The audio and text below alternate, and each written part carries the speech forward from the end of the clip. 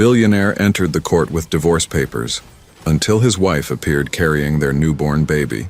Before we begin, drop a comment telling us which city you're watching from, and once the story ends, don't forget to rate it from 0 to 10. Oh, and make sure to follow our channel for more stories like this. Now, sit back and enjoy every detail. Cameron Vale had signed billion-dollar contracts without blinking, but today his hands trembled as he gripped the leather portfolio containing his divorce papers. The courthouse hallway buzzed with the usual chaos, attorneys rushing between rooms, families clustered on wooden benches, the sharp click of heels against marble floors. But Cameron heard none of it. His mind was laser-focused on one thing: finally ending the marriage he had systematically destroyed through his own indifference. He straightened his charcoal suit jacket and checked his Rolex. 2:47 p.m. 13 minutes early, just as he preferred for every important meeting. Except this wasn't a merger or acquisition. This was the legal burial of 4 years with Isabel Thorne. 2 years of genuine love followed by 2 years of emotional abandonment. The courthouse clerk, a middle-aged woman with kind eyes behind wire-rimmed glasses, had already warned him that divorce proceedings involving children required additional documentation. Cameron had nodded curtly, his jaw tight. He knew about the child. Of course he knew. He'd received every hospital bill, every pediatric appointment notification forwarded by his assistant. He'd simply chosen to treat them like spam emails, acknowledged but ignored. Room 304, Family Court. Judge Marlowe presiding. Cameron pushed open the heavy oak door, his Italian leather shoes silent against the worn carpet. The courtroom was smaller than he'd expected, with fluorescent lighting that cast everything in an unflattering pale glow. His attorney, a sharp-dressed woman named Tempest Morrison, was already seated at the plaintiff's table, organizing files with mechanical precision. "Mr. Vale," she nodded professionally. "Ready to proceed?" "Let's get this over with," Cameron replied, settling into the chair beside her. His fingers drummed once against the table, the only outward sign of the storm brewing beneath his composed exterior. Judge Marlowe, a stern-looking man in his 60s with silver hair and reading glasses perched on his nose, reviewed the case file. "Vale versus Vale," he announced. "Petition for dissolution of marriage filed by..." The courtroom door creaked open behind them. Cameron didn't turn around immediately. He'd learned to compartmentalize distractions during high-stakes negotiations, but something about the quality of silence that followed made his shoulders tense. Footsteps. Soft. Deliberate. The kind Isabel used to make when she was trying not to wake him after his late-night conference calls with Tokyo investors. "Your Honor," came a familiar voice that sent an electric shock through Cameron's chest. "I apologize for the delay." He turned then, and the carefully constructed walls around his heart cracked like ice under pressure. Isabel stood in the doorway, but she wasn't alone. In her arms, nestled against a soft blue sweater that brought out her hazel eyes, was a baby. 9 months old, with thick dark hair that caught the fluorescent light and eyes that were unmistakably Vale eyes, the same steel gray that had intimidated countless boardroom opponents. The child was awake, tiny fingers wrapped around the fabric of Isabel's sweater, completely unaware that his mere presence had just shattered his father's composure. Cameron's breath caught, not because he was surprised. He'd known about Elias from the moment Isabel's pregnancy test results appeared in his email, but because seeing his son for the first time was like looking into a mirror that reflected not just his features, but every choice he'd made to avoid this moment. Isabel's eyes found his across the courtroom. There was no anger in them, which somehow made everything worse. There was only the quiet resignation of someone who had stopped expecting anything from him long ago.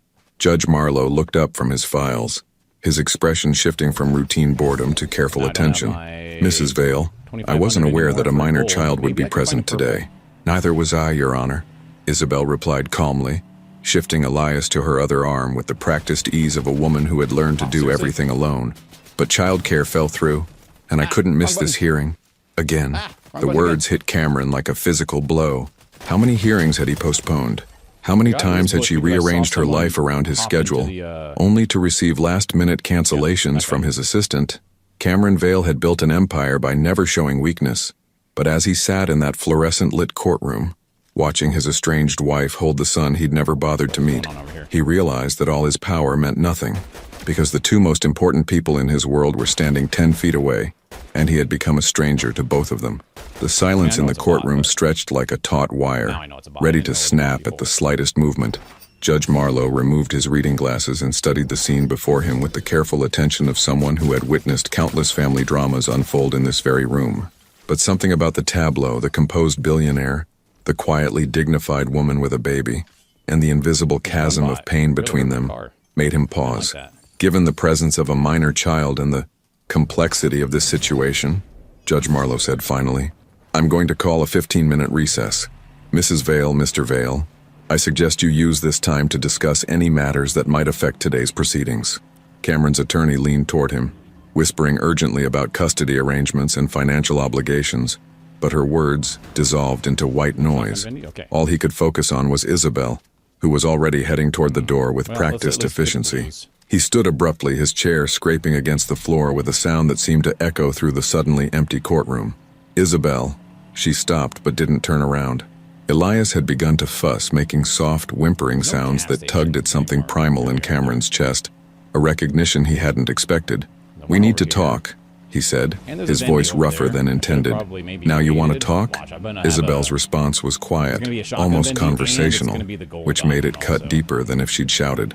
She turned slowly, adjusting Elias against her shoulder with the kind of natural movement that spoke of countless sleepless nights. Interesting timing, Cameron. They found themselves in the courthouse hallway, a stretch of marble and fluorescent lights that felt more like a battlefield than neutral ground. Other families moved around them. An elderly couple arguing over Social Security benefits, a young mother bouncing a toddler while reviewing custody papers. But Cameron felt utterly alone despite being surrounded by people. Elias had quieted, his small head resting against Isabel's collarbone, tiny fingers gripping her sweater. Cameron found himself studying every detail of the child, the way his dark hair curled slightly at the edges, the perfect shell of his ear, the serious expression that made him look like a miniature version of Cameron himself during board meetings. "He looks like you," Isabel said, noticing Cameron's intense scrutiny, stubborn chin and all. "I know." The words came out harsher than Cameron intended. "I mean, I can see it." "Can you?" Isabel shifted Elias to her other arm, the movement highlighting how natural this was for her, how much practice she'd had. "Because for 9 months you acted like he didn't exist. Even now you're looking at him like he's a quarterly report you're trying to analyze." Cameron felt heat rise in his chest. "That's not fair." Isabel's laugh was bitter. "You want to talk about fair? I spent 36 hours in labor, Cameron. 36 hours. And you know where you were?" He did know. The memory hit him like a physical blow. The Meridian Group acquisition meeting in Singapore. He'd received the hospital's call at 3 a.m. local time and had silenced his phone, telling himself that labor could take days and he'd catch the next flight. But then there had been another call from Hong Kong, then London, then complications with the Brazilian subsidiary contracts. "Singapore," he whispered. "Singapore," she confirmed.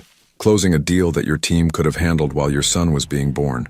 While I was alone, scared and bleeding more than the doctors expected." Elias stirred at the tension in his mother's voice, letting out a soft sigh that sounded almost like a question. Isabel immediately softened, pressing a gentle kiss to his forehead and murmuring something too quiet for Cameron to hear. The tenderness of the gesture broke something inside Cameron. Not because it was performed for his benefit, quite the opposite. It was the unconscious love of a mother who had learned to be everything to her child because the father had chosen to be nothing. "I didn't know about the complications," Cameron said quietly. "You would have, if you'd answered your phone, or if you'd called back, or if you'd shown up to a single appointment in 9 months." Isabel's voice remained steady, but Cameron caught the slight tremor at the edges. "I sent you ultrasound pictures, Cameron. I texted you when he started kicking. I called when the doctor said he was breech and we might need a C-section. Each revelation was a fresh wound." Cameron remembered the notifications, the voicemails, the attached images he'd glanced at briefly before filing them away in a mental folder labeled "Deal with Later." "The night he was born," Isabel continued, "I kept thinking you'd walk through that hospital room door. Even after everything, some stupid part of me believed that when it mattered, really mattered, you'd show up." Cameron wanted to explain about the Singapore deal, about the 72-hour deadline that would have cost his company millions, about the responsibility he felt to his investors and employees. But standing here, looking at the son he'd never held, and the wife he'd emotionally abandoned, those explanations felt like ash in his mouth. "I was building something for us," he said finally, the words sounding hollow even to his own ears. "No," Isabel replied simply. You were building something for you. We were just supposed to wait quietly until you had time for us. A courthouse security guard walked by, his radio crackling with static. The sound seemed to bring them back to the present moment, to the reality of where they were and why they were there. Isabel looked down at Elias, who had fallen asleep against her shoulder, his small fist still clutching her sweater. When she looked back up at Cameron, something had shifted in her expression. I'm not trying to hurt you, Cameron. I'm just tired of being invisible. The words hit him with devastating simplicity, because she was right. Somewhere along the way, he had made the two most important people in his life disappear, not through malice, but through the far more insidious crime of indifference. And now, standing in a courthouse hallway with divorce papers waiting to be signed, Cameron realized that he was about to make their invisibility permanent. When they returned to the courtroom, Cameron felt like he was walking underwater, every movement slow, every sound muffled, every breath requiring conscious effort. Judge Marlowe had used the recess to review additional documentation, and now sat with a stack of papers that seemed to represent the mathematical breakdown of their failed marriage. Child support calculations, custody arrangements, asset division. The love they'd once shared reduced to line items and legal precedents. Before we proceed, Judge Marlowe said, adjusting his glasses, I need to address the matter of parental rights and visitation. Mr. Vale, the court shows no record of you establishing paternity or requesting any form of custody arrangement for the minor child. Cameron's attorney, Tempest Morrison, began to respond, but Cameron held up his hand. He could feel Isabel's eyes on him from across the aisle, could hear Elias making soft babbling sounds that seemed impossibly loud in the formal quiet of the courtroom. That's correct, Your Honor, Cameron said, his voice steadier than he felt. I haven't pursued any custody arrangements. I see. Judge Marlowe made a note. And Mrs. Vale, you're seeking full physical and legal custody with no visitation rights for the father? Isabel shifted Elias to her other arm, the baby now awake and looking around the courtroom with the curious eyes of someone experiencing the world for the first time. Cameron found himself holding his breath, waiting for her response. Isabel began, then stopped. She looked down at Elias, who had reached up to touch her face with his tiny hand, and something passed between mother and child. Some wordless communication that Cameron felt excluded from entirely. Your Honor, Isabel said finally, I want what's best for my son. If his father truly wants to be in his life, not just financially but actually present, then I won't stand in the way of that. The qualification hung in the air like a challenge. If his father truly wants to be in his life. Cameron felt the weight of 9 months pressing down on him. 9 months of ignored phone calls and deleted voicemails. 9 months of treating his son's existence like an inconvenience to be managed by assistants and lawyers. 9 months of choosing Singapore over the delivery room, choosing Tokyo conference calls over first words, choosing London mergers over first steps. Mr. Vale, Judge Marlowe's voice cut through Cameron's thoughts. Do you wish to establish visitation rights with your son? The question should have been simple, yes or no, legal jargon and court orders. But Cameron found himself looking across the courtroom at Elias, who was now staring directly at him with those unmistakable Vale eyes. For a moment, father and son regarded each other across the divide of months and missed opportunities. Elias didn't cry or fuss or look away. He simply studied Cameron with the intense focus of someone trying to solve a puzzle. And then, impossibly, the baby smiled. It wasn't a big smile, just a small upturn of his mouth, accompanied by a soft cooing sound. But it hit Cameron like lightning, this recognition from a child who had every reason to see him as a stranger. Cameron started, then found he couldn't finish the sentence. Not because he didn't know the answer, but because saying it out loud would make it real, would mean admitting that he wanted something he'd spent 9 months convincing himself he didn't need. Tempest Morrison leaned toward him. Cameron, we need to establish your position for the record. But Cameron wasn't thinking about legal records anymore. He was thinking about the ultrasound images he'd deleted without opening, the voicemails from Isabel he'd marked as heard without listening to, the birth announcement email he'd archived with the same attention he'd give to a newsletter subscription. He was thinking about the nursery he'd never seen, the middle-of-the-night feedings he'd never shared, the first laugh he'd never heard. He was thinking about how Elias had smiled at him despite everything, how this tiny person seemed willing to offer what Cameron wasn't sure he deserved. Your Honor, Cameron said slowly, I'd like to request a continuance. The words surprised everyone in the room, including himself. Tempest Morrison's pen froze mid-note. Judge Marlowe raised an eyebrow. And Isabel looked at Cameron with something he hadn't seen in her eyes for years. Everybody Hope, right now. dangerous, fragile hope. A continuance, Mr. Vale? Judge Marlowe asked. On what grounds? Cameron looked at Elias again.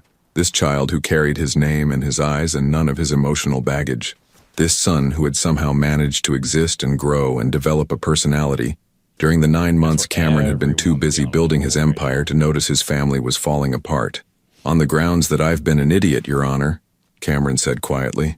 And idiots sometimes need more time to figure out what actually matters. Judge Marlowe's mouth twitched with what might have been amusement.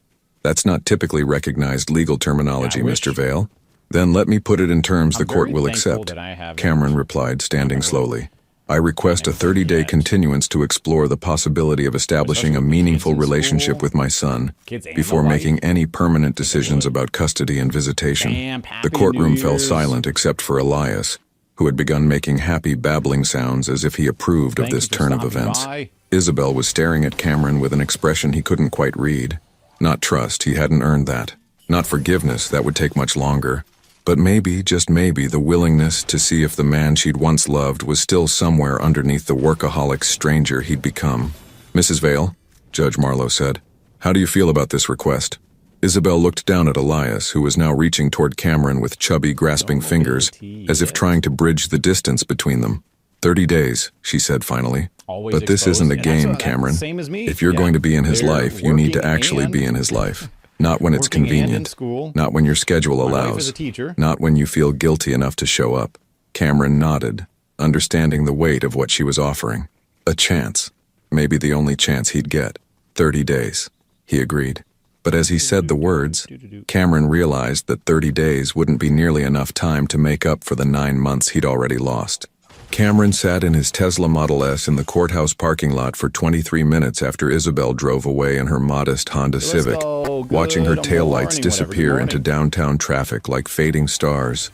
23 minutes of staring at his hands on the steering wheel, trying to process what had just happened. 30 days. He'd asked for 30 days as if time alone could bridge the chasm he'd created between himself and his family. His phone buzzed with the familiar cascade of notifications. Missed calls from his CFO about the Jakarta expansion, urgent emails about the Frankfurt merger, text messages from his assistant about tomorrow's board meeting, the digital heartbeat of his empire, demanding attention with the relentless persistence of a newborn, like Elias probably did during those first nights, he thought, and the comparison made him feel sick. Cameron turned off his phone. The silence that followed felt strange and unsettling. When was the last time he'd sat in complete quiet? When had he last been alone with his thoughts without the buffer of conference calls and market reports? He started the car but didn't know where to go. His penthouse apartment on Fifth Avenue felt like a mausoleum. All glass and steel and expensive art that meant nothing. His office felt like a prison he'd willingly locked himself into. And he couldn't go to the places that mattered most.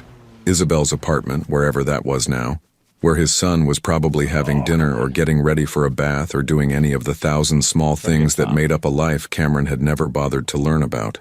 So he drove, through the city streets that blurred past his windows like a movie he'd seen too many times, past the restaurant where he'd proposed to Isabel 4 years ago, Antonio's Trattoria, with the red-checked tablecloths, and the owner who'd insisted on opening his best wine because love deserves celebration, past the hospital where Elias had been born, while Cameron was 8,000 miles away, closing a deal that had earned him $50 million and cost him everything that actually mattered.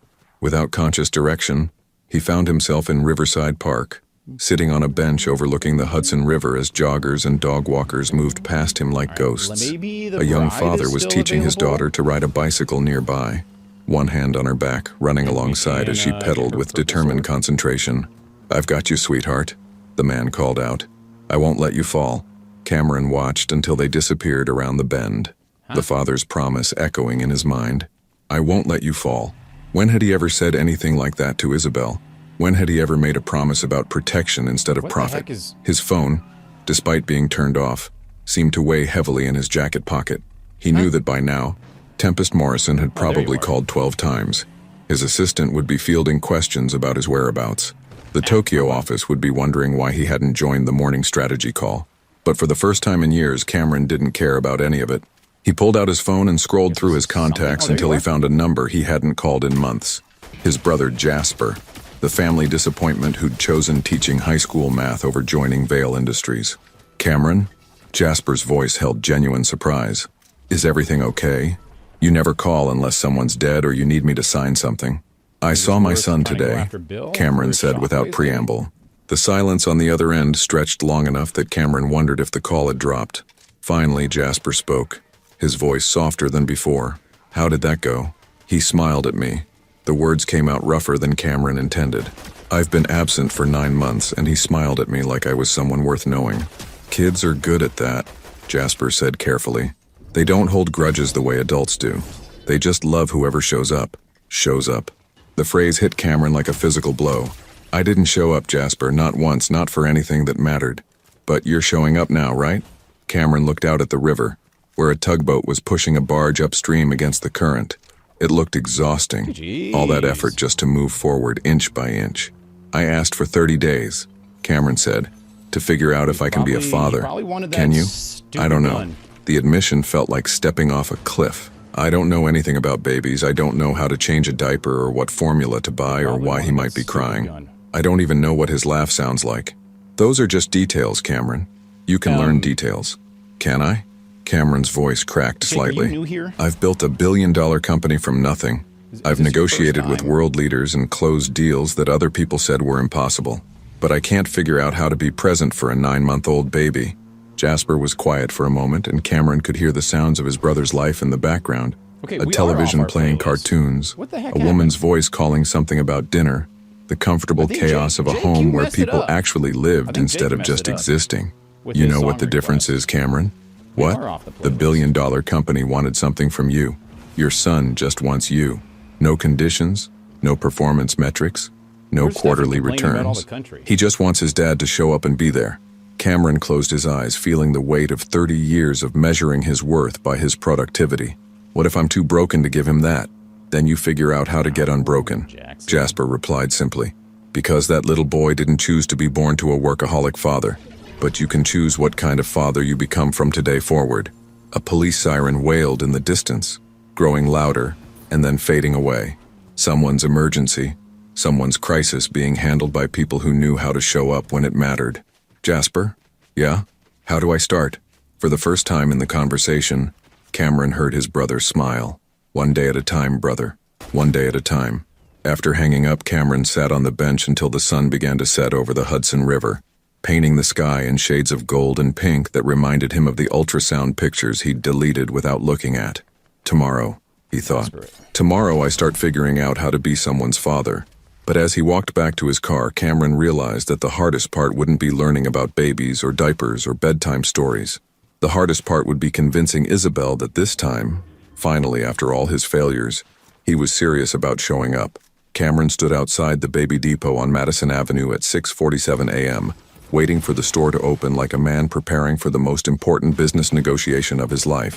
3 days had passed since the courthouse.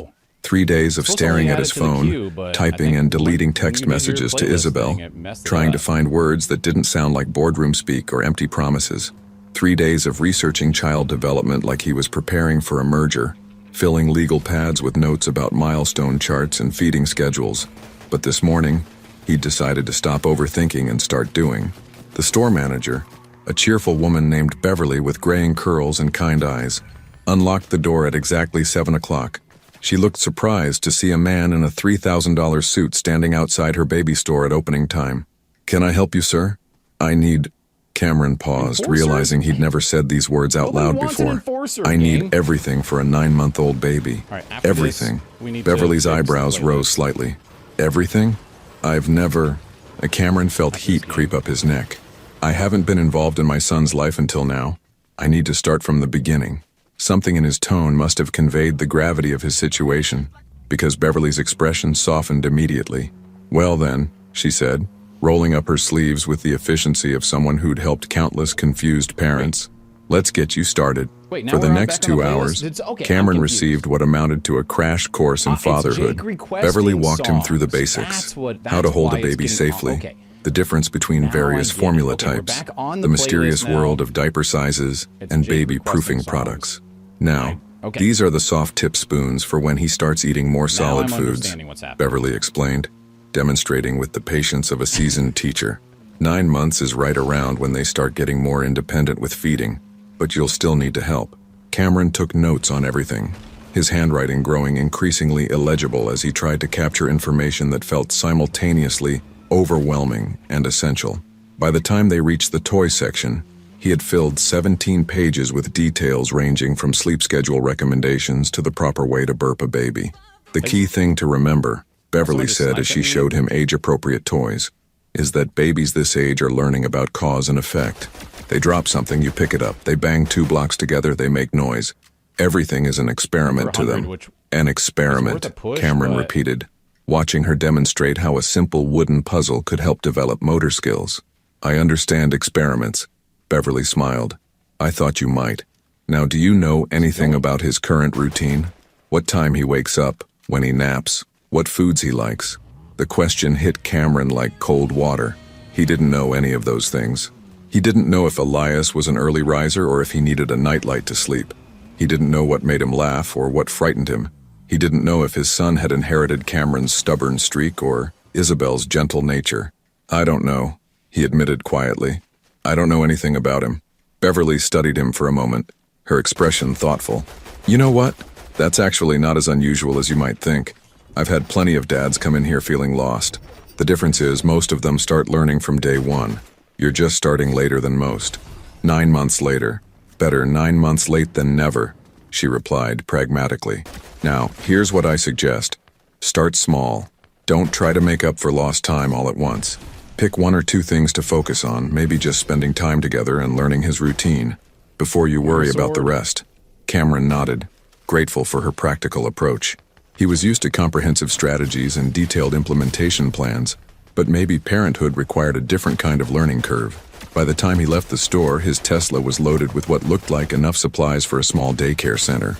Car seat, stroller, high chair, toys, books, clothes in multiple sizes because he wasn't sure exactly how big Elias was now. The total came to just over $4,000, which felt both excessive and somehow not nearly enough. Now came the harder part, actually using any of it.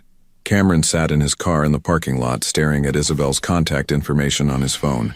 He'd drafted and deleted 47 different text messages over the past 3 days, each one sounding either too casual or too desperate, or too much like a business proposal. Finally, he typed something simple. I'd like to see Elias today. When would work for you? Her response came back faster than he'd expected. He has a doctor's appointment at 2 p.m. You could meet us there if you want. Cameron's chest tightened. A doctor's appointment. Another milestone he would have missed if she hadn't mentioned it. Another reminder of how much of his son's life had happened without him. What kind of appointment? He typed back. 9-month checkup. Vaccinations and developmental assessment. Cameron stared at the words, realizing he didn't even know what vaccines his son had already received, or what developmental milestones he should be reaching. The research he'd done suddenly felt woefully inadequate. I'll be there, he responded. Then, after a moment's hesitation, he added, thank you for letting me come.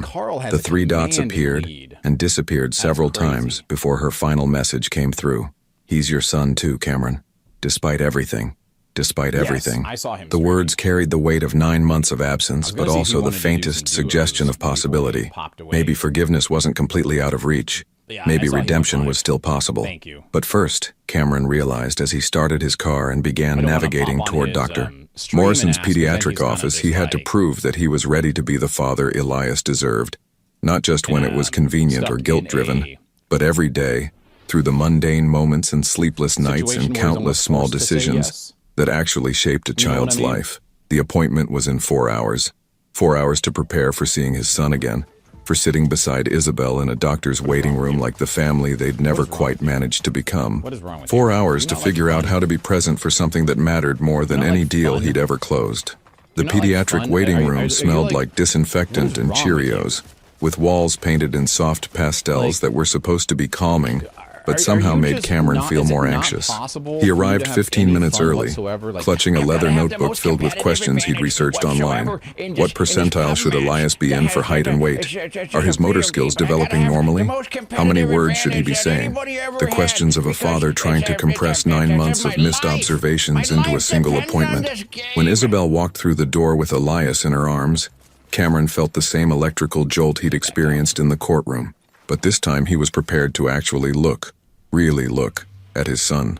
Elias was bigger than he'd seemed in the courtroom, more solid and real. He wore tiny jeans and a blue shirt with a cartoon elephant, and his dark hair had grown long enough to curl slightly at the edges. He was chewing on a rubber teething ring, completely absorbed in the task with the focused determination Cameron recognized from his own approach to problem solving. "Hi," Isabel said quietly, settling into a chair across from Cameron. She looked tired, not just physically, but emotionally exhausted in the way of someone who'd been carrying too much weight alone for too long. "Hi." Cameron closed his notebook, suddenly embarrassed by his list of prepared questions. "How is he?" "He's good, growing fast. He's been pulling himself up on furniture this week, trying to walk." Isabel adjusted Elias on her lap, and Cameron noticed how naturally she moved. Every gesture practiced and confident. "Dr. Holloway says he's ahead of schedule on most milestones." Dr. Holloway. Cameron realized he didn't even know his son's doctor's name until this moment. "That's good," he said lamely. "That he's ahead of schedule." Elias looked up at the sound of Cameron's voice, his gray eyes, so startlingly similar to Cameron's own, studying his father with curious intensity. For a moment, Cameron thought the baby might cry, might somehow sense his father's long absence and reject him accordingly. Instead, Elias held out his teething ring toward Cameron, making a soft babbling sound that might have been an invitation to share. "He wants you to have it," Isabel said softly. "He does that when he likes someone." Cameron reached out carefully, accepting the soggy rubber ring as if it were a priceless artifact. "Thank you," he said seriously to Elias, who clapped his hands together with delight at this response. "Vale family?" A nurse in scrubs decorated with cartoon animals appeared in the doorway. "Dr. Holloway is ready for you." The examination room was small and bright, with a pediatric scale and exam table that looked impossibly tiny. Dr. Holloway was a woman in her 50s with silver-streaked hair and the kind of gentle competence that immediately put nervous parents at ease. "Mrs. Vale," she said warmly, then turned to Cameron with a politely curious expression. "And you must be Mr. Vale. I don't think we've met before." The words weren't accusatory, but Cameron felt their weight anyway. 9 months of appointments, vaccinations, checkups, and consultations, and this was the first time his son's doctor had seen him. "I've been traveling a lot for work," Cameron said, the excuse sounding hollow even to his own ears. "Dr. Holloway nodded professionally and began the examination. She weighed Elias, measured his length, checked his reflexes and muscle tone with practiced efficiency. Throughout the process, she kept up a running commentary directed at both parents. "He's in the 75th percentile for both height and weight. Excellent growth curve. His motor skills are quite advanced. Most babies don't start pulling up until closer to 10 months. She demonstrated how Elias could transfer objects from hand to hand, how he responded to his name, how he could sit steadily without support. Cameron watched, fascinated and heartbroken in equal measure. His son was brilliant, healthy, developing perfectly, and Cameron had missed witnessing all of it. "Now let's talk about his routine," Dr. Holloway continued. "How's he sleeping?" "Better lately," Isabel replied. "He was waking up twice a night until about 3 weeks ago, but now he usually sleeps through. And eating. He loves sweet potatoes and bananas, but he's still not sure about green vegetables. I've been mixing them with things he likes." Cameron listened to this conversation about his son's preferences and habits with the growing realization that he was essentially eavesdropping on someone else's child's medical history. These were intimate details of daily life, sleep patterns, food preferences, growth spurts, that should have been shared experiences but were instead foreign territory. "Any concerns about development or behavior?" Dr. Holloway asked. Isabel hesitated for just a moment. "He's been a little more clingy lately, especially when I leave him with the babysitter. I'm wondering if it's separation anxiety." "That's very normal at this age," Dr. Holloway assured her. 9 to 12 months is prime time for separation anxiety. It actually indicates healthy attachment development." She glanced at Cameron. "Does he show any recognition of other family members? Grandparents? Father?" Another loaded question. Cameron felt Isabel's eyes on him, waiting to see how he'd respond. "We're working on that," Cameron said carefully. "I haven't been as present as I should have been." Dr. Holloway's expression remained neutral, but Cameron caught the slight tightening around her eyes. She'd clearly seen this scenario before. Absent fathers trying to reconnect after missing crucial bonding time. "Well, it's never too late to start building that relationship," she said diplomatically. "Consistency is key, though.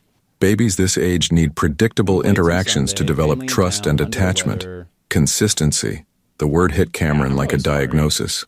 He'd built a career on being consistently unavailable, consistently prioritizing work over family, consistently disappointing the people who needed him most. The appointment continued with vaccinations. Elias cried briefly but recovered quickly in Isabel's arms, and scheduling the next checkup in 3 months. As they prepared to leave, Dr. Holloway pulled Cameron aside while Isabel was gathering their things. "Can I give you some advice, father to father?" she said quietly. "I've been doing this for 25 years, and I've seen a lot of dads try to make up for lost time by going overboard. Expensive gifts, grand gestures, trying to become the fun parent overnight." Cameron nodded, thinking of the $4,000 worth of baby supplies currently sitting in his car. "That's not what your son needs," Dr. Holloway continued. "He needs you to show up, regularly, predictably, for the boring stuff, diaper changes, bedtime routines, the 3 a.m. wake-ups. Love isn't a feeling you have once in a while. It's a choice you make every single day." Cameron watched through the doorway as Isabel buckled Elias into his car seat, her movements quick and sure from months of practice. His son was babbling happily, completely secure in his mother's care, completely unaware that his father was standing 5 feet away, feeling like a stranger in his own child's life. "How do I start?" Cameron asked quietly. "How do I become someone he can count on when I've never been that person before?" Dr. Holloway smiled, and for the first time since they'd met, her expression held warmth instead of professional courtesy. "One day at a time, Mr. Vale, just like everything else worth doing." Cameron's hands were shaking as he knocked on the door of Isabel's apartment at exactly 9 a.m. on Saturday morning.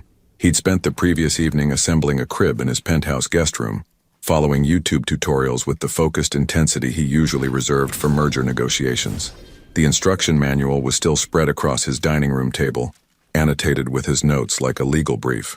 But standing here now, holding a diaper bag that felt foreign in his hands, Cameron realized that no amount of preparation could make him ready for what came next, actually spending time alone with his son. Isabel opened the door wearing jeans and a sweater that had seen better days, her hair pulled back in a messy ponytail. She looked beautiful in a way that made Cameron's chest ache, not the polished beauty she'd worn to corporate events when they were married, but the natural radiance of someone who'd learned to find joy in small moments. "You came," she said, and he couldn't tell if she sounded surprised or relieved. "I said I would. You've said a lot of things, Cameron." The words stung because they were true. How many promises had he made and broken?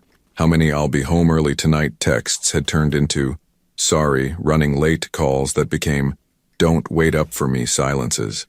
Elias appeared in the doorway, pulling himself up on Isabel's leg with the determined effort of someone who'd recently mastered this particular skill. He was wearing tiny overalls and a striped shirt, and his face lit up when he saw Cameron with an enthusiasm that felt both wonderful and undeserved. "Da da da da," Elias babbled, reaching toward Cameron with chubby arms. Cameron's breath caught. "Did he just—" "He says that to everyone," Isabel said quickly, but her tone was gentler than her words. "He's been babbling consonants for a few weeks now. It doesn't necessarily mean anything yet." But Cameron knelt down anyway, letting Elias grab onto his fingers with surprising strength. "Hey there, buddy," he said softly, and Elias responded with a stream of happy babbling that sounded like the most important conversation Cameron had ever been part of. Isabel handed him a diaper bag that looked like it could supply a small expedition. "Everything's labeled. Bottles are already prepared, just warm them up if he seems hungry. He usually naps around noon, but he might not sleep for you yet. And if he gets really upset, I call you," Cameron finished. "Actually," Isabel paused, biting her lower lip in a gesture he remembered from their dating days. "I was going to say if he gets really upset, just hold him and talk to him. Sometimes babies can sense when adults are panicking, and it makes everything worse." Cameron nodded, filing this information away like intelligence from a critical briefing. "How long should I keep him? How long do you want to keep him?" The question caught Cameron off guard. In business, time was always negotiated. Precise start and end points, clear deliverables, measurable outcomes. But this wasn't a transaction. This was his son. As long as you're comfortable with, Cameron said finally. I have some errands to run. Maybe 3 hours. Isabel lifted Elias up, kissing his forehead with the casual affection that still amazed Cameron. Be good for Daddy, okay, sweetie? Daddy. The word hit Cameron like lightning. He'd been called many things. Sir, boss, Mr. Vale. The ruthless bastard who'd destroyed 3 competitors in 1 quarter. But never Daddy. Never anything that suggested someone small and innocent depended on him for comfort and safety. And then Isabel was gone, and Cameron was alone with his son. For the first 10 minutes, they just stared at each other. Elias sat on a colorful playmat, surrounded by toys that Cameron didn't know the purpose of, while Cameron sat cross-legged on the floor trying to figure out what fathers were supposed to do. So, Cameron said finally, feeling ridiculous for talking to someone who couldn't talk back. This is awkward. Elias tilted his head, as if considering this statement, then picked up a soft block and threw it directly at Cameron's face. Cameron caught it reflexively, and Elias clapped his hands with delight, making a sound that might have been laughter. Oh, I see. We're playing catch. Cameron gently tossed the block back, and Elias immediately threw it again, this time squealing with joy. For the next 20 minutes they played this game. Throw the block, catch the block, throw it back. It was simultaneously the most boring and most fascinating thing Cameron had ever done. Elias's concentration was absolute, his delight infectious. Every successful catch was celebrated like a major victory. When Elias finally grew bored with blocks, he crawled over to Cameron and pulled himself up using Cameron's shirt, standing unsteadily while gripping the fabric with tiny fists. They were face to face now, and Cameron could see himself reflected in his son's eyes. Not the businessman or the billionaire, just a man who was trying very hard not to mess up the most important job he'd ever been given. You're going to be taller than me, Cameron murmured, and Elias responded by patting Cameron's cheek with one small hand, as if offering comfort. The moment was broken by the sound of Elias's stomach rumbling, a surprisingly loud noise from such a small person. Right, Cameron said, consulting the detailed feeding schedule Isabel had left. Lunchtime. He'd watched countless cooking shows, closed deals over elaborate business dinners, but preparing a bottle of formula felt more challenging than anything he'd ever attempted. The water temperature had to be precise, the powder measured exactly, the whole thing tested on his wrist to make sure it wouldn't burn Elias's mouth. When he finally settled into the rocking chair with Elias and the bottle, Cameron felt like he was attempting brain surgery. Elias latched onto the bottle immediately, his eyes drifting closed as he drank. The weight of him in Cameron's arms was perfect, solid and warm and real in a way that made everything else in Cameron's life feel abstract by comparison. I'm sorry I wasn't here before, Cameron whispered, and Elias's eyes opened briefly, as if he was listening.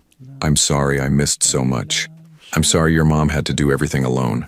Elias finished the bottle and immediately fell asleep against Cameron's chest, his small body completely relaxed and trusting. Cameron was afraid to move, afraid to breathe too deeply, afraid to do anything that might break the spell of this perfect moment. When Isabel returned 2 hours later, she found them exactly like that. Cameron in the rocking chair, with Elias sleeping peacefully against his shoulder, both of them looking utterly content. How did it go? She whispered. Cameron looked up at her, his eyes bright with something she hadn't seen in years. Wonder. Pure, uncomplicated wonder. He threw blocks at my face, Cameron said quietly. It was the best meeting I've ever had. Isabel smiled, a real smile, soft and genuine. That's his favorite game. He has excellent aim for a 9-month-old. Just like his mother, Cameron replied without thinking, remembering how Isabel used to throw pillows at him when he was being particularly stubborn about working late. For a moment, something passed between them. Not forgiveness, not reconciliation, but recognition. Recognition that maybe, possibly, the man she'd fallen in love with was still somewhere underneath all the emotional armor he'd built around himself. Cameron, she said softly, he's been asleep for an hour. You could have put him in his crib. Cameron looked down at his sleeping son, then back at Isabel. I didn't want to miss anything else. 3 weeks into their new routine, Cameron's phone rang at 11:43 p.m. on a Tuesday night, shattering the silence of his penthouse like breaking glass. He'd been reading, actually reading, not skimming market reports, a book about child development that Beverly from the baby store had recommended. His coffee table was now covered with parenting guides instead of financial forecasts, and he'd started keeping a journal of Elias's daily milestones. Tuesday, said Baba for bottle. Thursday, took 3 steps holding onto couch. Saturday, laughed when I made funny faces. But the call wasn't from Isabel. It was from his assistant, Vivian. Cameron, thank God you answered. Her voice was strained with panic. The Seoul deal is falling apart. The Koreans are pulling out unless you're on a plane tonight. Harrison tried to handle it, but they specifically asked for you. Cameron felt his stomach drop. The Seoul acquisition was worth $200 million and had taken 8 months to negotiate. If it collapsed, Vail Industries would lose not just the deal, but credibility with half their Asian partners. What happened? Cameron asked, already mentally calculating flight times to South Korea. Cultural miscommunication during the contract review. Something about honor and respect being compromised. Harrison called them difficult in front of their board, and now they're saying they won't work with anyone except you. Cameron closed his eyes. Harrison Shu was brilliant at financial analysis, but hopeless at international diplomacy. This was exactly the kind of situation that required Cameron's personal attention, the kind of crisis that had made him indispensable to his own company. Book me on the next flight, Cameron said automatically, then stopped. Tomorrow was Wednesday. He was supposed to pick up Elias at 2 p.m. and take him to the park. They'd made plans. Well, Cameron had made plans. Elias had clapped and babbled when Cameron mentioned swings and ducks. Actually, Cameron said slowly, let me call you back in 10 minutes. He hung up and stared at his phone for a long moment, then scrolled to Isabel's number. It was almost midnight, but she answered on the second ring. Cameron, is everything okay? There's a crisis in Seoul, he said without preamble. I need to fly out tonight, and I'm supposed to see Elias tomorrow. The silence that followed felt like falling down a deep well. Of course there is, Isabel said finally, her voice flat with resignation. There's always a crisis, isn't there?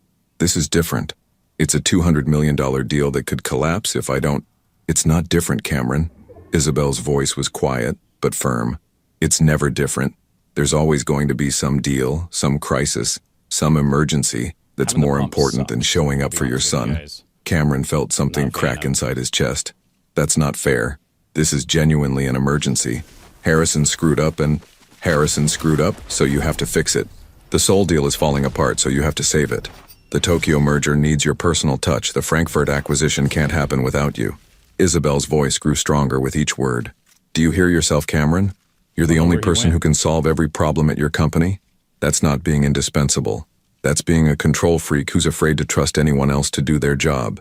The words hit Cameron like physical blows, partly because they stung and partly because they rang uncomfortably true. When had he started believing that Vail Industries would crumble without his constant attention? When had he become so convinced of his own importance that he couldn't delegate a single major decision? It's not that simple, Cameron said weakly. It is that simple. It's a choice, Cameron. Every time. And for 9 months, you chose work. You chose deals over diapers, meetings over milestones, contracts over your own child's first words. Isabel's voice cracked slightly. And now you're doing it again. Cameron looked around his penthouse, at the expensive art that meant nothing, at the floor-to-ceiling windows that showcased a view of a city he'd conquered but never really lived in. 3 weeks ago, this space had felt like an achievement. Now it felt like a monument to everything he'd sacrificed to build it. What if I don't go? Cameron asked quietly. What? What if I don't go to Seoul? What if I send Harrison back with a formal apology and my personal guarantee that Vail Industries respects their cultural values? Can you do that? Cameron thought about it, really thought about it, not from the perspective of someone who needed to control every variable, but from the perspective of someone who was finally learning what actually mattered. Yes, he said, surprising himself with the certainty in his voice. I can do that. Harrison's good at his job when he's not trying to be me. And if the deal falls through, Cameron paused, feeling something shift inside him. If it falls through, we'll find another deal. But if I miss another day with Elias, I can't get that back. The silence on the other end of the line stretched so long that Cameron wondered if the call had dropped. Isabel? I'm here.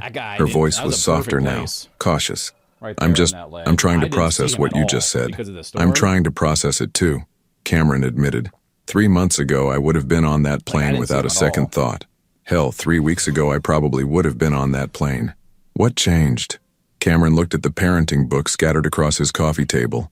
at the photo of Elias that Isabel had given him, his son's first professional picture, taken at 6 months old, showing a serious little face with Cameron's eyes and Isabel's gentle mouth. He threw blocks at my face, Cameron said simply, and I caught them, and for the first time in my adult life, I was exactly where I was supposed to be. When Isabel spoke again, Cameron could hear tears in her voice. Cameron, I'm not asking for forgiveness, At least it wasn't Cameron said quickly. I'm not asking you to trust me or believe that I've changed overnight. I'm just asking you to let me keep showing up. Let me keep catching blocks and warming bottles and being the kind of father who chooses his son over soul. What if your company suffers? What if you lose money? Cameron smiled, thinking of Elias's laugh when he'd made silly faces, of the weight of his son sleeping against his chest, of all the moments he'd already missed and all the moments he still had a chance to be present for. Then I lose money, Cameron said, but I won't lose what matters. When he hung up the phone, Cameron called Vivian back and gave her instructions that would have been unthinkable a month ago. Send Harrison to Seoul with a full apology and Cameron's personal guarantee.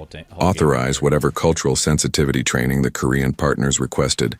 And if the deal fell through anyway, start looking for other opportunities in different markets. Are you sure about this? Vivian asked, clearly shocked. I'm sure, Cameron replied. And Vivian? Clear my schedule for Wednesday afternoon. I have a very important meeting with a 9-month-old about ducks and swings. After hanging up, Cameron sat in the silence of his penthouse and realized that for the first time in his adult life, he'd chosen love over money, presence over profit, family over everything else that had once seemed so important. And instead of feeling like he'd lost something, he felt like he'd finally found what he'd been searching for all along. The call came at 6:18 a.m. on Friday morning, jolting Cameron from the deepest sleep he'd had in months. Cameron, Harrison's voice was tight with exhaustion and barely contained panic. We lost Seoul. Cameron sat up in bed, immediately alert despite the early hour. For a split second, his old instincts kicked in. The familiar surge of adrenaline, the mental calculation of damage control strategies, the reflexive reach for his laptop to start managing the crisis. But then he looked at the photo on his nightstand. Elias from yesterday afternoon, chocolate ice cream smeared across his face from their first shared dessert, grinning at the camera with pure, uncomplicated joy. How bad? Cameron asked, settling back against his pillows. 200 million bad, plus the Taiwanese partnership is reconsidering, and the Singapore office is asking questions about your leadership priorities. Harrison's voice cracked with stress. Cameron, the board wants an emergency meeting. They're talking about a vote of no confidence. The words should have sent Cameron into overdrive, should have had him reaching for his suit, calling his driver, preparing for the kind of corporate warfare that had built his reputation. Instead, he found himself thinking about Elias's laugh when they'd played peekaboo behind the swings yesterday, about the way his son had fallen asleep in the stroller during their walk through Central Park. Schedule the board meeting for Monday, Cameron said calmly. And Harrison, next time you're in a room with international partners, remember that respect is earned through listening, not through proving you're the smartest person at the table. That's it? Harrison's voice pitched higher with disbelief. That's your response to losing the biggest deal of the quarter? Cameron looked out his bedroom window at the city skyline, the glass and steel monuments to ambition that had once felt like extensions of himself. Now they just looked like expensive boxes where people spent their lives chasing things that didn't matter. My response is that we'll survive losing a deal, Cameron said quietly. Companies lose deals every day, but I almost lost my family because I thought work was more important than the people who actually love me. The silence on Harrison's end stretched long enough that Cameron wondered if his CFO was having a breakdown. Are you having some kind of midlife crisis? Harrison finally asked. Because if you are, couldn't it wait until after we save the company from financial disaster? Cameron laughed, actually laughed, at the absurdity of it all. Harrison, do you have kids? What? No, what does that have to do with anything?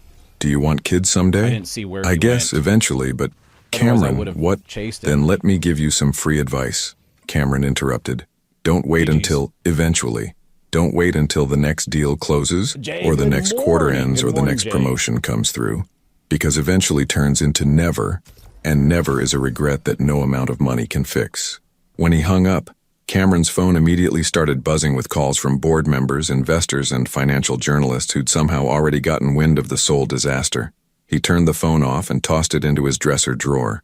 For the first time in 15 years, Cameron Vale was unreachable during a corporate crisis. Instead, he made coffee, scrambled eggs, and thought about how he was going to spend the day with his son. It was Friday, which meant Isabel had a work meeting at noon and Cameron had volunteered to watch Elias for the afternoon. They'd planned to visit the Children's Museum, followed by lunch at the diner near Isabel's apartment where Elias could practice his newfound obsession with throwing Cheerios on the floor. Simple plans, ordinary plans. The kind of plans that used to feel like wasted time but now felt like the most important appointments on his calendar. When Cameron arrived at Isabel's apartment at 11:45 a.m., she took one look at his face and frowned. What happened? Soul fell through. The board wants my head on a platter. Harrison thinks I've lost my mind. Cameron shrugged as if he were discussing the weather. How's Elias this morning? Isabel stared at him with an expression somewhere between confusion and concern. Cameron, if your company is in crisis, my company will figure it out, Cameron said, kneeling down to where Elias was sitting on his playmat, building an elaborate tower of blocks that defied several laws of physics. But this guy has been working on architectural masterpieces all morning, and I promised to help him knock them down. As if on cue, Elias looked up at Cameron and squealed with delight, immediately abandoning his block tower to crawl over and pull himself up using Cameron's legs. The blocks scattered across the floor in a colorful explosion that Elias found absolutely hilarious. Da-da-da, Elias babbled, patting Cameron's knee with both hands. I think he's actually trying to say daddy, Isabel said softly, and Cameron felt his heart do something complicated in his chest. Are you sure? Cameron asked, lifting Elias up and settling him on his hip with the natural ease that had developed over their weeks together. Pretty sure. He's been practicing it for days. Isabel smiled, but Cameron could see the worry lines around her eyes. Cameron, are you really okay? Losing a deal that big? I know how much your company means to you. Cameron looked at her, really looked at her, seeing not just the woman who'd divorced him, but the woman who'd carried his child alone, who'd built a life without him, who'd somehow found the grace to let him back into their world, despite everything he'd done wrong. My company used to mean everything to me, Cameron said honestly. But that was before I understood the difference between building an empire and building a family. Elias chose that moment to grab Cameron's nose and giggle, as if agreeing with his father's priorities. The board meeting is on Monday, Cameron continued. They'll probably try to remove me as CEO. They might succeed. And you know what? If they do, maybe it's time for me to figure out what I want to be when I grow up. And what would that be? Cameron looked down at Elias, who was now trying to eat his father's shirt collar, with the focused determination of someone tackling an important project. A dad, Cameron said simply. A really, really good dad.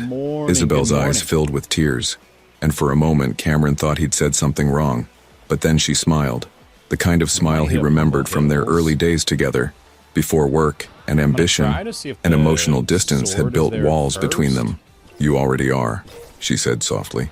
Outside, storm clouds were gathering over Manhattan, promising the kind of downpour that would flood the subways and strand commuters and create exactly the kind of chaos that the old Cameron would have seen as a business opportunity. But as Cameron settled onto the floor to help Elias rebuild his block tower, he realized that sometimes the most important storms weren't the ones happening outside. Sometimes they were the ones that washed away everything you thought you wanted, leaving space for what you actually needed. The boardroom at Vale Industries felt like a courtroom on Monday morning, with Cameron sitting at one end of the mahogany table facing 12 of the most powerful investors in New York. But unlike the courthouse where his marriage had nearly ended, Cameron felt completely calm. He'd spent Sunday afternoon teaching Elias to clap his hands, and the memory of his son's delighted laughter was worth more than all the quarterly reports spread across the table. Cameron, began Victoria Sterling, the silver-haired chairwoman of the board, we need to discuss your recent prioritization choices. Cameron had known Victoria for 8 years. She'd been instrumental in Vale Industries' expansion into European markets and had never questioned his judgment before. The fact that she was leading this intervention spoke volumes about how seriously the board viewed his recent behavior. By all means, Cameron replied, settling back in his chair with the relaxed posture of someone who had nothing left to prove.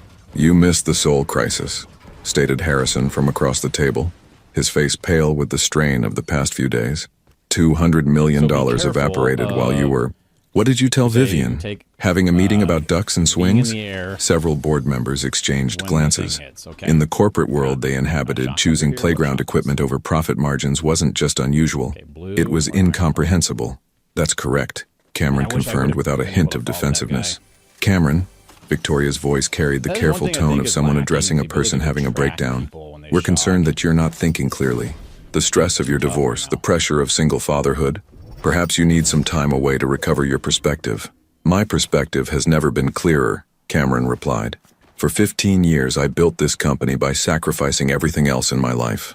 I missed family dinners, anniversary dates, friends' weddings, my own health. I told myself it was temporary, that once we reached the next milestone, I'd have time for the people I loved. He paused, looking around the table at faces that had once intimidated him, that had once held the power to validate or destroy his sense of worth. But there's always another milestone, isn't there? Another deal, another expansion, another crisis that only I can handle. And while I was chasing all of that, my wife gave birth to my son alone. My child's first word, first step, first smile. I missed all of it because I was convinced that money was more important than moments. Those moments don't pay salaries or fund pension plans, interjected Douglas Thorne, a man who'd inherited his board seat along with his father's steel fortune. We have responsibilities to our employees, our shareholders.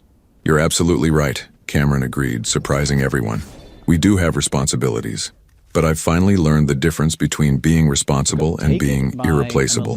This company succeeded not because I was indispensable, but because we hired brilliant people and then I refused to trust them to do their jobs. Harrison shifted uncomfortably. The Soul deal was handled poorly by someone who was trying to be me instead of being himself. Cameron finished. Harrison, you're an excellent CFO when you're not trying to channel my negotiation style. The Soul deal failed because I created a culture where everyone felt they had to imitate my approach instead of bringing their own strengths to the table. Victoria leaned forward, her expression sharp with business instinct. So what are you proposing? That you step down as CEO to spend more time with your family? Actually, Cameron said, pulling out a folder he'd prepared over the weekend, I'm proposing something more radical than that. He slid copies of his proposal across the table. I'm restructuring my role. No more international travel unless it's absolutely critical. No more 16-hour days. No more being available 24/7 for every minor crisis. Instead, I want to focus on long-term strategy and company culture while empowering our department heads to make decisions without my constant approval. The room erupted in concerned murmurs. This wasn't the Cameron Vale they'd known for 8 years, the man who'd built an empire through sheer force of will and an inability to delegate. The shareholders will never accept this, Douglas said flatly. You're talking about fundamentally changing how this company operates. Then maybe it's time for the shareholders to decide what kind of company they want to invest in, Cameron replied. One that burns through CEOs every few years because we demand impossible work-life balance, or one that demonstrates you can build sustainable success without destroying the people who create it. Victoria studied the proposal with the careful attention of someone who'd been making high-stakes decisions for 3 decades. This is quite a gamble, Cameron. You're betting that our competitors won't gain an advantage while you're learning to, what did you call it? Trust your team? I'm betting that a CEO who's present and focused will create more value than one who's physically present but emotionally absent, Cameron responded. And if I'm wrong, if the company suffers because I choose to be a father as well as a businessman, then you can replace me with someone who's willing to sacrifice everything for profit margins. The silence that followed felt like the pause before a verdict. Harrison spoke first, his voice uncertain but curious. What if this actually works? What if we discover that trusting people to do their jobs makes everyone more effective? Then we'll have built something sustainable, instead of something that depends on one person burning out for everyone else's benefit, Cameron replied. Victoria set down the proposal and looked at Cameron with an expression he couldn't quite read. You realize that if we agree to this experiment and it fails, your career in corporate leadership is probably over? Cameron thought about Elias learning to clap, about the weight of his son sleeping against his chest, about Isabel's smile when she'd said, "You already are a good dad." Some things are worth the risk, Cameron said simply. The vote was closer than it should have been. 7 in favor, 5 opposed. But Cameron's restructuring proposal was approved with a 6-month trial period. As the board members filed out discussing implementation details and risk assessments, Victoria lingered behind. I have to ask Cameron, what really changed? 3 months ago, you would have fought tooth and nail to maintain control of every aspect of this company. Cameron smiled, thinking of 12 tiny fingers wrapped around his thumb, of babbled conversations that meant more than any boardroom negotiation he'd ever conducted. 3 months ago, I thought success meant being needed by everyone, Cameron said. Now I know it means being loved by the people who matter most. That evening, Cameron sat on the floor of Isabel's living room, watching Elias stack blocks with the intense concentration of an architect designing a skyscraper. The news was playing quietly in the background, something about market volatility and corporate restructuring, but Cameron wasn't listening. "Da-da," Elias said clearly, looking directly at Cameron as he handed over a red block. "Yes," Cameron whispered, accepting the block like it was made of gold. "I'm your daddy, and I'm not going anywhere." Isabel looked up from her laptop, where she'd been working on client presentations, and smiled at the scene in front of her. "You know, a few months ago I never would have imagined this." "What? You? Here? Choosing blocks over board meetings?" Cameron considered this as Elias crawled into his lap, settling against his chest with the complete trust that only children possess. "A few months ago, I wouldn't have understood that this is the most important meeting of my day," Cameron replied. "Every day." As if to prove his point, Elias reached up and patted Cameron's cheek, babbling something that sounded remarkably like, "Love you too."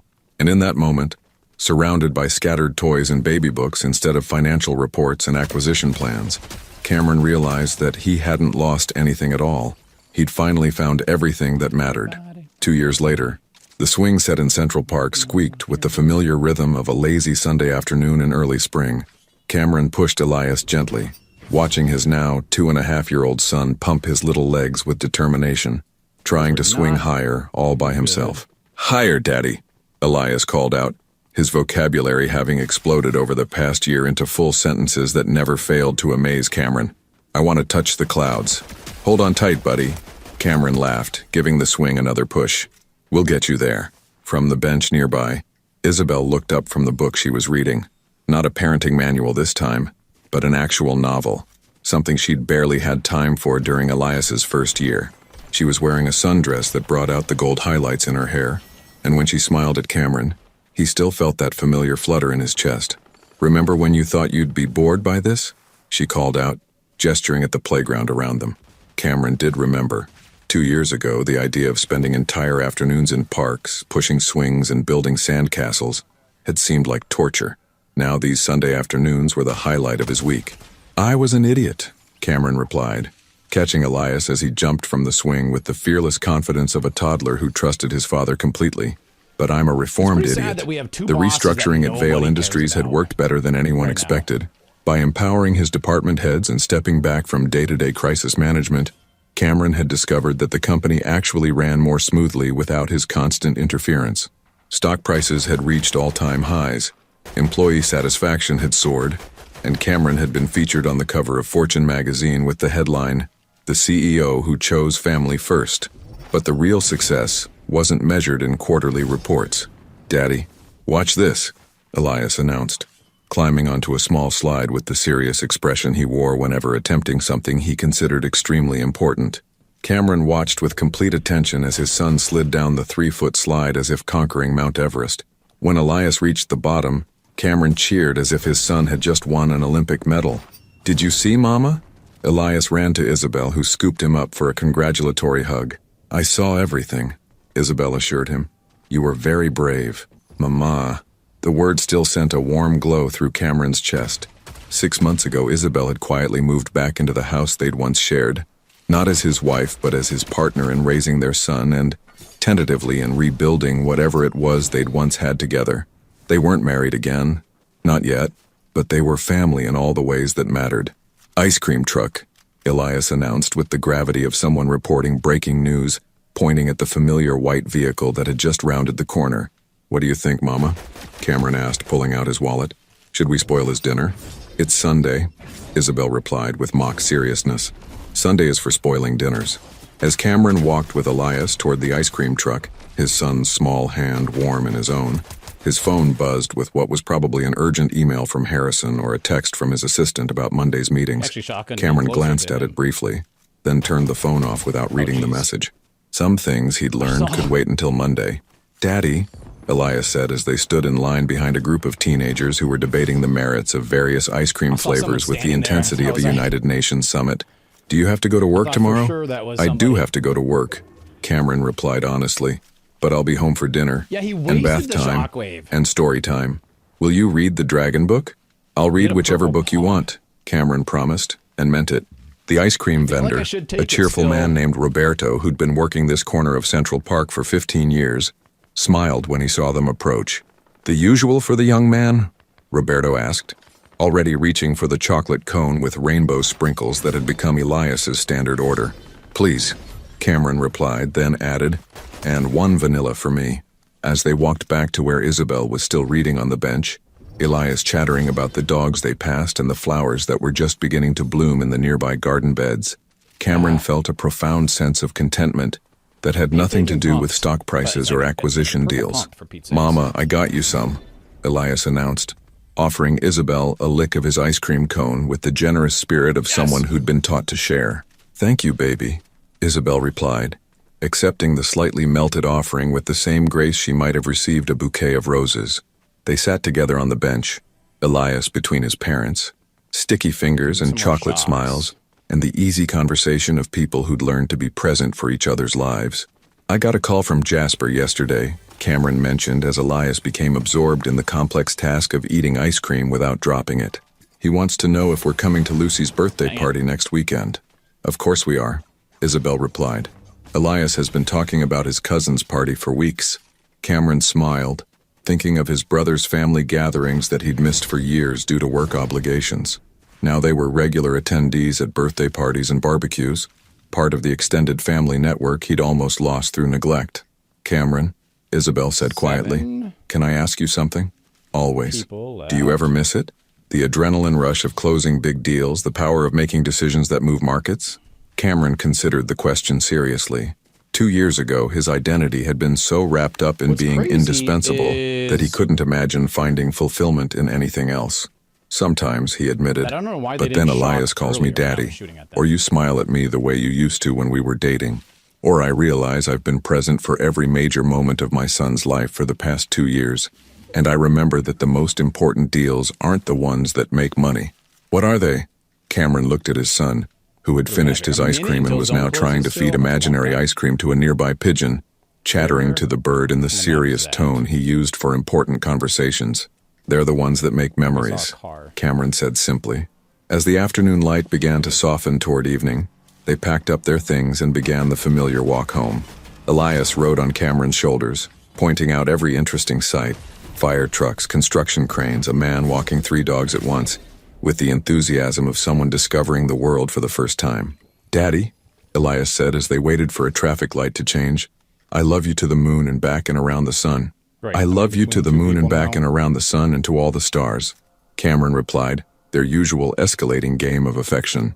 And to Jupiter, Elias added with triumph. And to Jupiter, Cameron agreed, his voice thick with emotion that still caught him off guard sometimes. When they reached their street, Isabel slipped her hand into Cameron's free hand with the natural ease of someone who belonged there. It was such a simple gesture, but it felt like coming home after a very long journey. Thank you, Cameron said quietly. For what? For not giving up on us? For letting me learn how to be the man you deserved all along? For raising our son to be generous and brave and full of love even when I wasn't around to help? Isabel squeezed his hand. You're around now.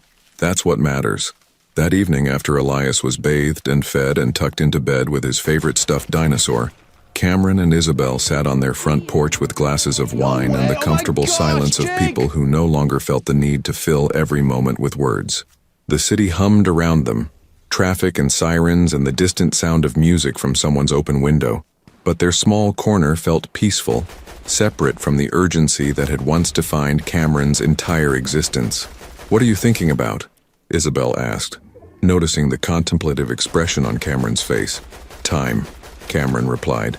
How I spent 38 years thinking I didn't have enough of it, when really I just wasn't spending it on the right things. And now? Cameron smiled, thinking of all the Sunday afternoons ahead of them, all the bedtime stories and ice cream cones and swing-pushing sessions that would make up the real texture of their lives together. Now I know that time isn't something you save up for later, he said. It's something you spend every day on the people who make it worth having. From upstairs came the sound of Elias talking to his dinosaur, in the serious whisper he used for bedtime conversations, probably explaining the day's adventures and making plans for tomorrow's imaginary expeditions. Cameron listened to his son's voice, What am I confident, listening to? happy, secure in the knowledge that his parents would be there when he woke up, and realized that this was what success actually sounded like. Not the applause of a boardroom or the ring of closing bells, but the sleepy chatter of a child who knew he was loved. Cameron Vale had built an empire worth billions, but his greatest achievement was learning that the most valuable currency in the world wasn't money. It was moments. And finally, after almost losing everything that mattered, he was rich beyond measure. Thank you for watching. If you enjoyed the story, please subscribe to our channel and leave a comment below letting us know what you thought. Your feedback and support mean a lot to us. Stay tuned for more exciting stories.